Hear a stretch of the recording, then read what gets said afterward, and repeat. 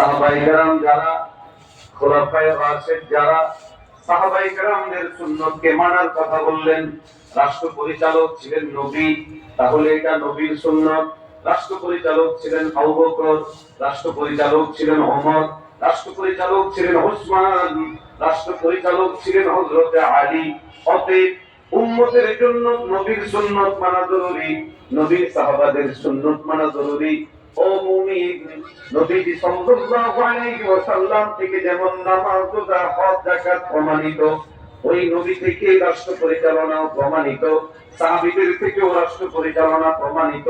অতএব রাষ্ট্র পরিচালনা নবীর সুন্নাত, সাহাবায়ে কেরামদের সুন্নাত।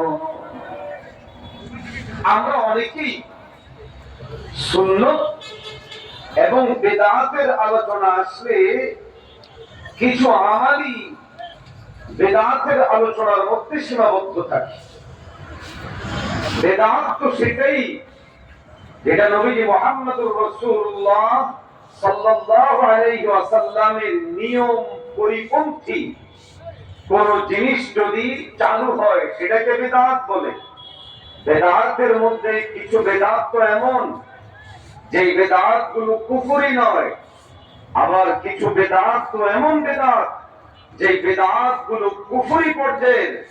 আজকে নববী আদর্শের বাহিরে যে রাষ্ট্র পরিচালনার দিন, থিওরি, পদ্ধতির সাথে আপনি আমি পরিচিত, আপনি আমি পরিচালিত, তথা আব্রাহাম লিঙ্কনের যেই গণতন্ত্র, এই গণতন্ত্র নববী আদর্শের বাহিরে গিয়ে প্রতিষ্ঠিত হয়েছে, প্রতিষ্ঠা করার চেষ্টা করা হয়েছে।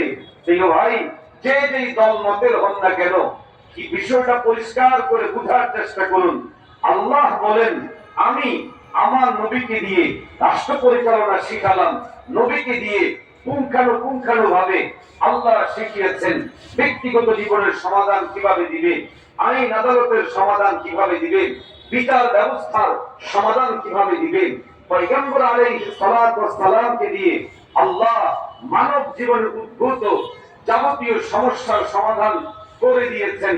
কেউ যদি কাউকে গালি দেয় তার শাস্তি কি হবে, হাতে যদি আঘাত করে তার শাস্তি কি হবে, মেরে ফেলে তার শাস্তি কি হবে, দুনিয়াবী শাস্তি কি, আখিরাতের শাস্তি কি, আল্লাহ তার নবীকে দিয়ে কিছু জিনিস কোরআনে ওয়াহিয়ে মাতলুয়ের মাধ্যমে আমাদের সামনে স্পষ্ট করেছেন। আর কিছু আল্লাহ রাব্বুল আলামিন প্রিয় হাবিব সাল্লাল্লাহু আলাইহি ওয়াসাল্লামকে দিয়ে ওয়াহিয়ে গায়রে মাতলু হাদিস শরীফকে দিয়ে সেগুলো আমাদের সামনে স্পষ্ট করে প্রমাণ করেছেন। আজ যখন আপনি আমি রাষ্ট্র পরিচালনার সুন্নত থেকে দূরে সরে পশ্চিমাদের গণতন্ত্র গ্রহণ করলাম, তো খেলাফে সুন্নত এই রাষ্ট্র পরিচালনার থিওরি আল্লাহ না করেন কেউ যদি মনে প্রাণে বিশ্বাস করে গ্রহণ করে নেয়, তাহলে সে ঈমানদার থাকতে পারে না, সে পরিষ্কার ভাবে বেঈমান হয়ে যাবে।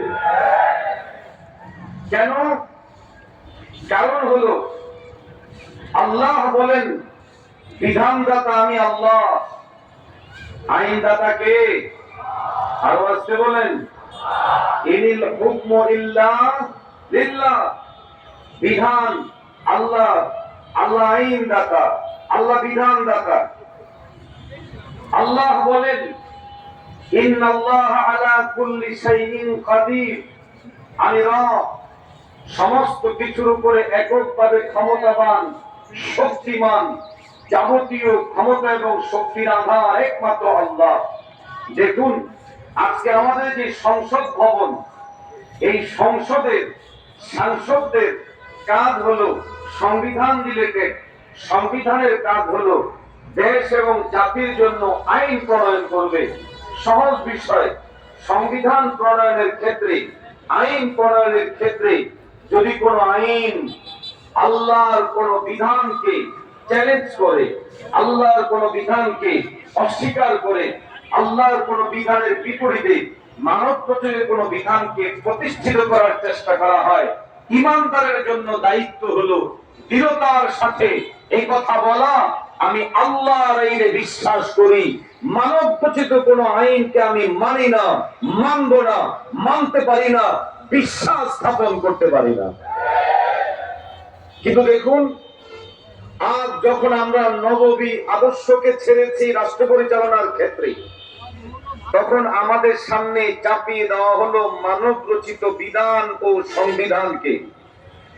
যেই সংবিধানের আলোকে আল্লাহ যেই যেই বিষয়গুলোকে হারাম বলেছেন, ওই জিনিসগুলোকে মানব রচিত বিধানের আলোকে সেগুলোকে অনুমোদন দেওয়া হচ্ছে। যেমন সুদ হালাল না হারাম? আমার কথা না কোরআনের কথা? قال الله تبارك وتعالى أحل الله البيع وحرم الربا। কালামুল্লাহের মধ্যে আল্লাহ বলেন, আমি রব তোমাদের জন্য হালাল করেছি ব্যবসাকে, হারাম করেছি সুদকে। বলুন